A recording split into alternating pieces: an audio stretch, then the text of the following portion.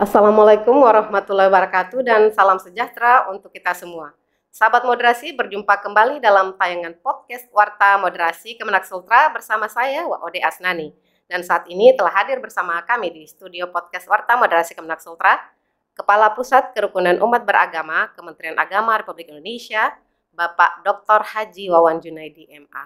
Assalamualaikum Pak. Waalaikumsalam warahmatullahi wabarakatuh. Iya, gimana kabarnya Pak hari ini? Sehat, alhamdulillah. Alhamdulillah. Selamat datang kembali di Sulawesi Tenggara dan Untuk yang sekian kali. Iya. Dan terima kasih telah hadir di studio podcast Warta Moderasi Kemenak Sultra ini, yang mana studio podcast Warta Moderasi Kemenak Sultra ini tepat berada di dalam Geraha Moderasi Beragama Kemenak Sultra yang merupakan prakarsa dari Bapak Kepala Kantor Wilayah Kementerian Agama Provinsi Sulawesi Tenggara, Bapak Haji Zainal Mustamin, yang merupakan sarana edukasi, literasi, diskusi dan promosi moderasi beragama sekaligus dalam rangka mendukung salah satu program prioritas MENAK, yakni pengerusamaan moderasi beragama di Sulawesi Tenggara. Ya baik, barangkali kita berbicara tentang moderasi beragama nih Pak. Masyarakat masih sering salah kaprah dalam mengartikan moderasi beragama sebagai moderasi agama. Nah, barangkali kita butuh sedikit penguatan kembali Pak, bahwa apa moderasi beragama itu dan kenapa moderasi beragama ini perlu dibumikan kembali. Padahal kita ketahui bersama bahwa moderasi beragama merupakan konsep lama yang dibumikan kembali. Ya, silakan Pak. Ya, jadi untuk pemirsa bahwasannya yang dipromosikan, yang diliterasikan oleh Kementerian Agama itu adalah moderasi beragama.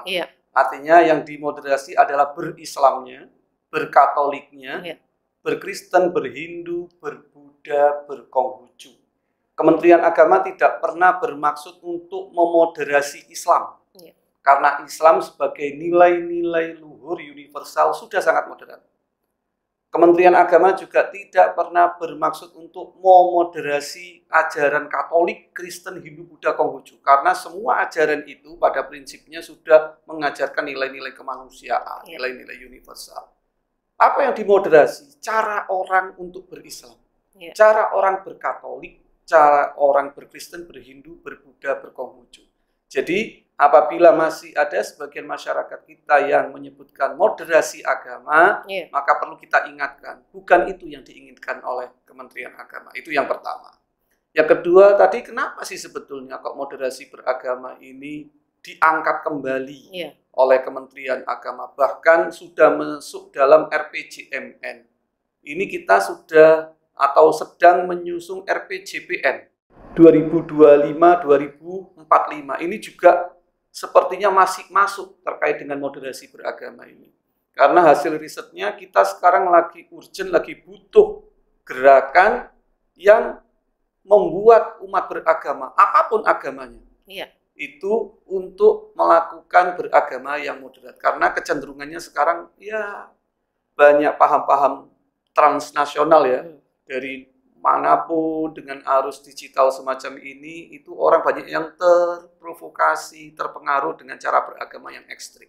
Oleh karena itu Kementerian Agama dalam hal ini berkewajiban untuk kembali mengingatkan seluruh umat beragama, saya garis bawahi lagi, seluruh umat beragama untuk kembali beragama secara moderat. Jadi tidak benar kalau moderasi beragama ini seperti yang sebagian dikatakan orang Islamofobia, tidak. Karena moderasi beragama juga ditujukan kepada umat selain agama Islam. Ya baik, dan kemudian Pak, sejauh ini langkah apa yang dilakukan oleh Pusat Kerukunan Umat Beragama ini dalam mengerustamakan moderasi beragama di Indonesia? Ya, kita di Kementerian Agama, khususnya di Pusat Kerukunan Beragama, kalau selama ini kita sudah melakukan diskusi dengan para tokoh agama, itu sudah selesai.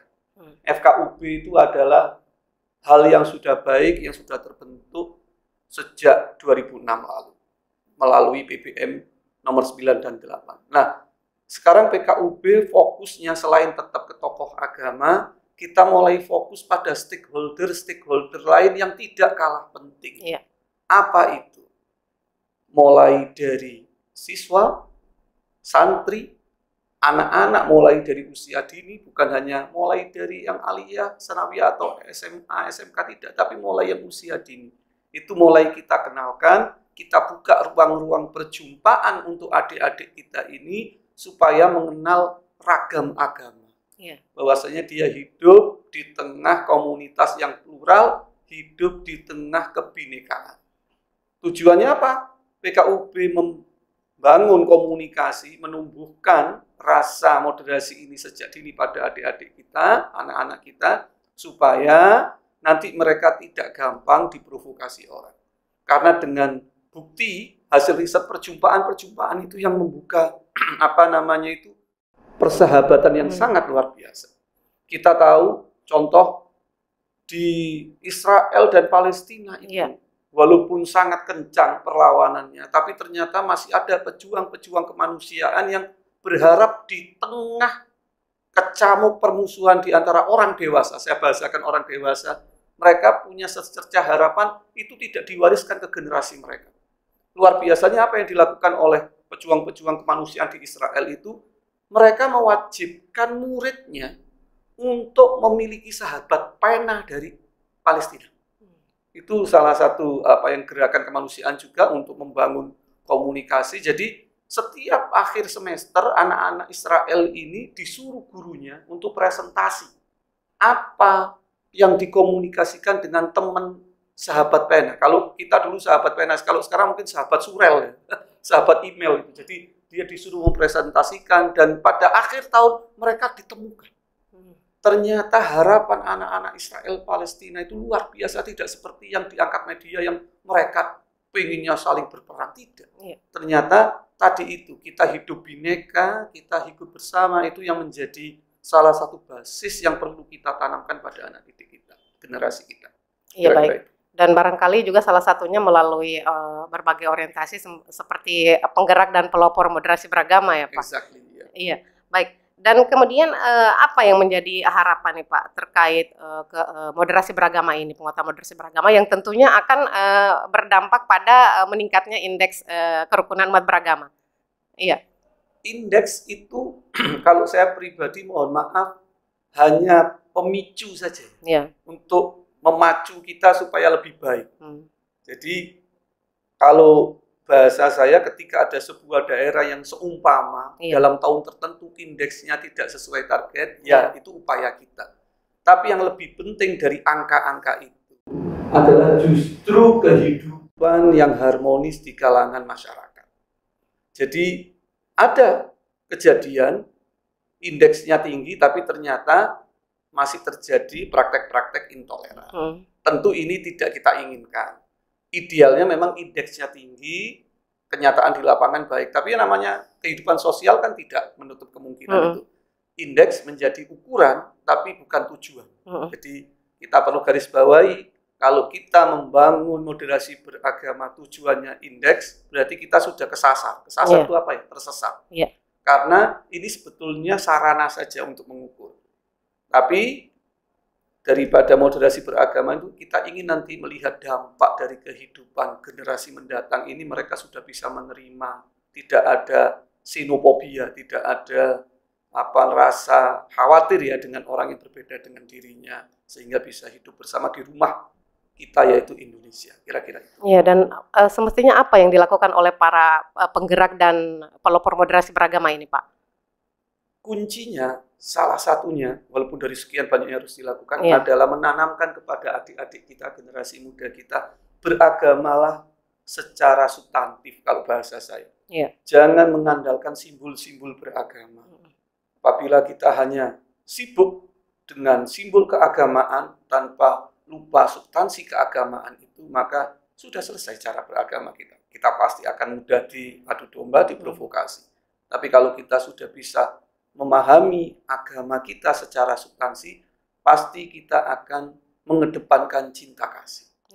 Orang yang hidup dengan cinta kasih, bukan hanya dia akan masuk surga, tapi sejatinya dia sudah hidup di surga itu sendiri. Jadi dengan cinta kasih sebetulnya kita sudah menikmati surga itu sendiri. Tapi tentu nanti kelak kita juga akan dijanjikan surga sebagaimana di ajaran kita masing-masing. Kira-kira semacam itu, Mbak. Iya, baik. Dan barangkali tadi setelah melihat bagaimana sketsa kehidupan umat beragama di Sulawesi Tenggara nih Pak, yang ditampilkan di dalam Geraha Moderasi Beragama Kemenak Sultra ini, barangkali saya ingin tahu sedikit bagaimana tanggapan Bapak dan sedikit testimoni tentang Geraha Moderasi Beragama Kemenak Sultra ini. Geraha moderasi beragama di Kanwil Kemenak Sultra sangat inspiratif menurut saya karena banyak tampilan-tampilan edukatif yang kalau orang baru menjadi teredukasi, orang baru datang di sini teredukasi. Jadi ini ada contohnya pengetahuan terkait dengan masuknya Injil pertama di Sultra. Ada juga bagaimana digambarkan teman beragama Buddha itu memiliki charity untuk membangun masjid segala macamnya. Ini menunjukkan bahwasanya kehidupan kerukunan umat beragama di Sultra sudah sangat baik. Nah, maka tinggal Kementerian Agama ini tinggal mengorkestrasi saja ini. Jadi modalnya sudah ada, sudah sangat baik, tinggal teman-teman di Kementerian Agama pinter-pinter mengorkestrasi. Jadi kalau tidak diorkestrasi kayak kalau kita ada konser itu ya jalan sendiri-sendiri. Tapi karena sudah ada yang pemain biola profesional, ada yang pemain bass profesional, Kementerian Agama lebih mudah. Jadi modalnya sudah ada, tapi jangan lupa bukan hanya mengorkestrasi, tapi juga perlu menumbuhkan bibit-bibit baru. Karena tentu ini pasti akan ada limitnya ya orang. Kalau enggak Kementerian Agama tidak mengupayakan pembibitan atau penyemaian, juga kondisi ini tentu tidak bisa dipertahankan. Nah, kita berharap Kementerian Agama berhasil untuk menyemai, untuk terus memelihara supaya kerukunan yang ada sekarang ini tetap bisa dipertahankan. Ya, dan barangkali sedikit pesan-pesan moderasi nih Pak, khususnya bagi sahabat moderasi yang ada di Sulawesi Tenggara. Pesan moderasi untuk teman-teman di Sulawesi Tenggara, jangan lelah untuk menyampaikan pesan damai. Kalau ada yang ngomongnya disampaikan kok itu-itu saja. Ya kalau kita belajar agama sama. Kok yang diajarkan di SD kok rukun Islam, rukun iman saja. Ya itu pesannya. Maka kita jangan pernah lelah untuk menyampaikan pesan, walaupun itu seakan kita ulang-ulang, tapi itulah sebetulnya ruh daripada beragama di seluruh agama. Saling cinta kasih, saling menghargai, toleran, komitmen kebangsaan, anti kekerasan, dan kita juga menghargai terhadap keragaman budaya kita. Kira-kira itu. Iya, dan tentunya ini juga sejalan dengan tagline yang diusung oleh Kemenak Sultra, yakni 3B, bersama, bersatu, bersaudara. Bersama kita bisa, bersatu kita kuat, bersaudara kita rukun. Iya, baik, terima kasih atas kehadiran dan bincang-bincangnya Pak. Sama-sama. Sahabat moderasi, demikian bincang-bincang kita kali ini. Bagi sahabat moderasi yang ingin mengetahui berita dan informasi seputar Kemenak Sultra lainnya, silakan mengunjungi website kami di sultra.kemenak.go.id atau melalui kanal YouTube Warta Kemenak Sultra dan media sosial kami lainnya. Terima kasih atas perhatian Anda dan sampai berjumpa kembali dalam tayangan selanjutnya. Wassalamualaikum warahmatullahi wabarakatuh dan salam 3B. Salam 3B.